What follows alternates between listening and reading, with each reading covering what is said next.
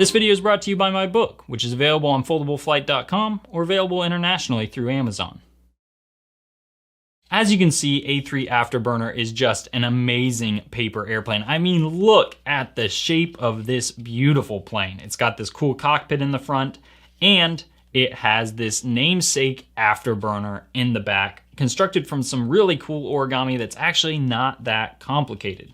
Now I'm going to be teaching you two different versions of this plane in this video. You can see here's one that doesn't utilize any scissors. This is pure origami, and you can see it still has that very cool afterburner. But if you'd like to really accentuate the afterburner, you can cut away just a little paper at the end and make that stick out the back of the plane, which I think is just absolutely awesome.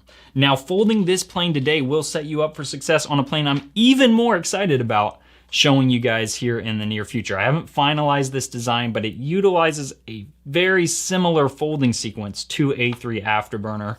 So folding this plane will teach you the fundamentals for folding this plane in a future video. And with all of that said, let's get folding. Now all you'll need in order to fold this plane is a square sheet of paper and again the option of scissors, and you might actually need a pin as well, but let's talk about the size of the paper and why you might need that pin. Now you can see this plane here is folded out of an 8.5 by 11 square, cut to 8.5 by 8.5, and then this plane here is folded out of something that's about 7 by 7, this size here.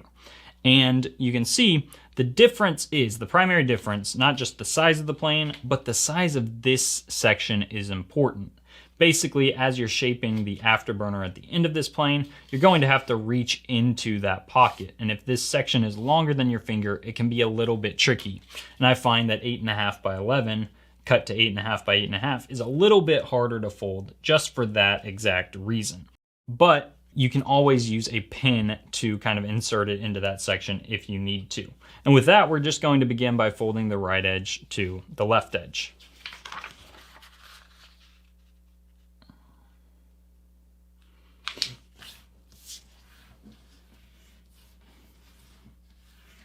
Okay, and we'll open that up. And now I'm going to fold this top edge here to the bottom edge and just make a reference point, right like so. And I'll fold the top edge to my reference point and just make another little pinch crease. Okay, I'll fold the plane in half along the existing crease and position it like so. And here's my reference. I'm going to fold this top edge over right so that the crease I'm making intersects that reference.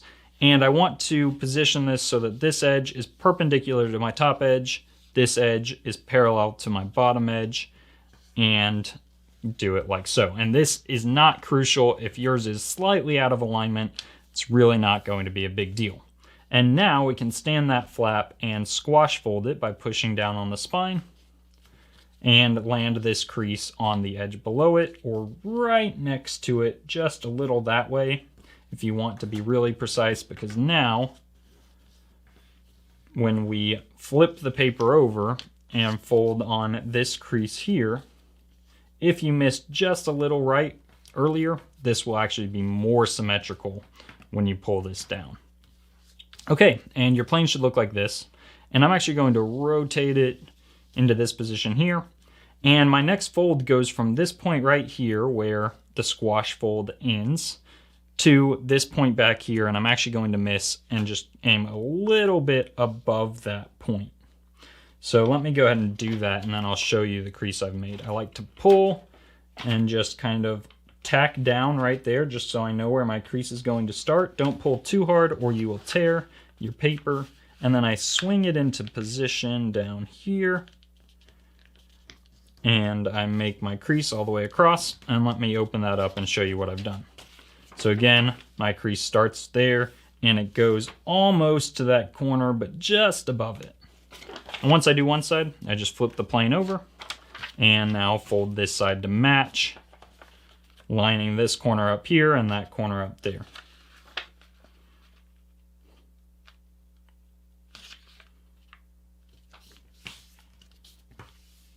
Okay, and if I open the paper up, you can see what we have here.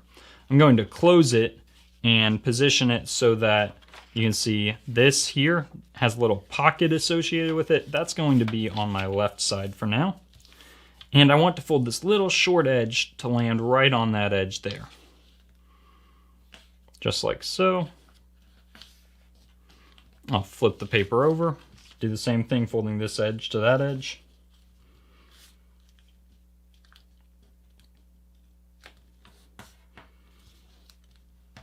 Okay, and now I'm going to fold this edge in.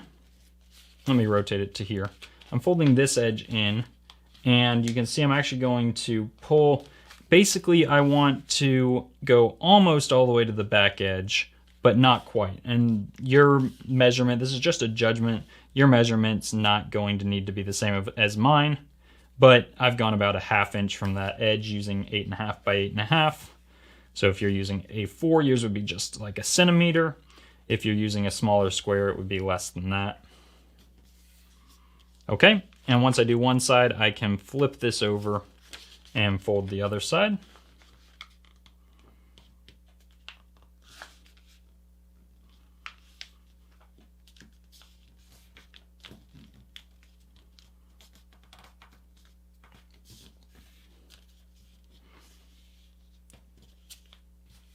Okay, and your plane should look essentially like this. And basically, I'm going to open up one side, and I'm opening up this pocket, and I just want to fold this flap that goes past that bottom edge up into the pocket. So I'm just folding it just like so. Okay, and then I can flip it over, or fold this in again, flip it over, and fold this up in.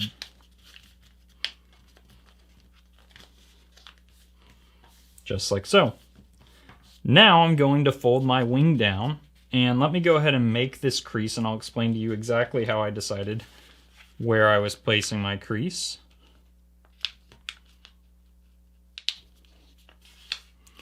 Okay, so the size of your wing is dictated by two things. First, you want to start your crease right at the nose of your plane.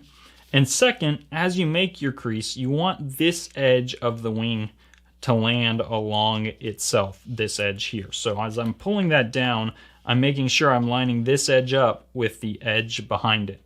And that's how I'm determining that angle. And once I do that, I can now flip it over and fold my other wing to match.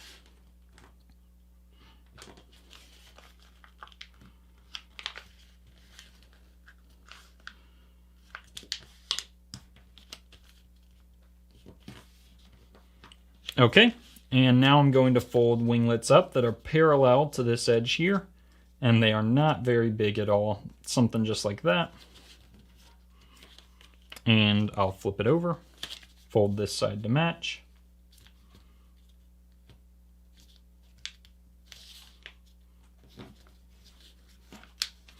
Okay, and you can see we've got the basic shape of our plane here. But now, I want to make sure my layers stay tucked in there. Now we are ready to shape our afterburner. And here's the trick. Basically, holding this front edge, I like to hold it right here where these layers are kind of going into the pocket. Holding that front edge, we want to kind of poke down on this spine, but you're holding it closed, so you need to reach in. And I'm going to do this in kind of a few steps and kind of show you, but basically I've got my thumb here on the bottom and my finger right on the spine of that, which is kind of the bottom of the pocket looking this way. And I'm just pushing and forcing that open. And you can see it kind of forms this kind of triangular section at the front here. You'll see as I do that. Almost becomes this triangle in that section. And that's the first step to shaping your afterburner. And basically, as I was saying, it's hard for me to reach all the way in because this section's longer than my finger, which is why the smaller version is helpful. Now, in order to help reinforce it and hold these layers together, I'm actually going to kind of pull this right along that edge and make like a little mini crease just right there. Just a little soft crease and right there. So it's opening up on either side just like that, and that will help it to hold its shape. And now our afterburner is ready to be opened up. What we need to do to get that nice circular shape is basically one, kind of push down on it, and two, you roll these edges. And this is just something that takes a little practice. You're kind of rolling right there, placing a bunch of mini creases, and you can see I'm working on this side, kind of working my way out all the way to that, which is going to be the bottom of the afterburner. So I'm just kind of starting there, applying just a little bit of pressure and pinching it as I roll it like so. And then you can see that side is nice and curved. I just do the same thing on this side here. And that's how you get a really nice shape. And of course, this part can require a bit of practice and experimentation. But that's how you're going to end up getting a really nice shape to this plane.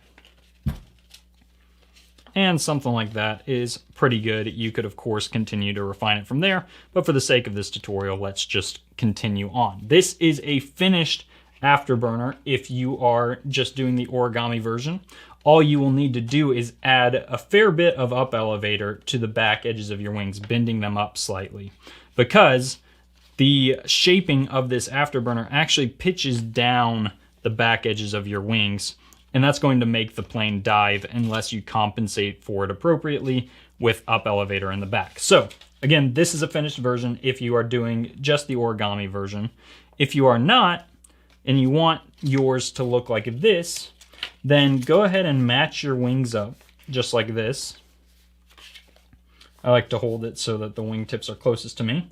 And grab your scissors, just really quick step to reach this.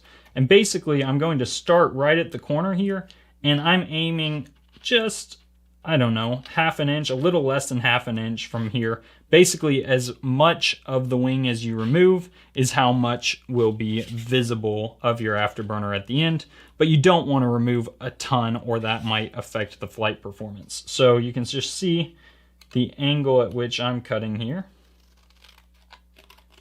And I cut right to that line that represents the top of my afterburner, and then I cut in that line just like so and remove the extra paper. And that wasn't a very clean cut, but you're going to get the idea.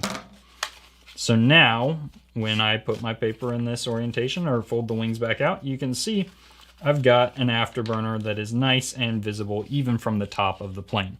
So you'll need just a bit of up elevator probably with this version, not as much as the origami version, but you can of course experiment and add as much up elevator as you need. And with all of that said, thank you so much for watching this video and good luck flying your plane.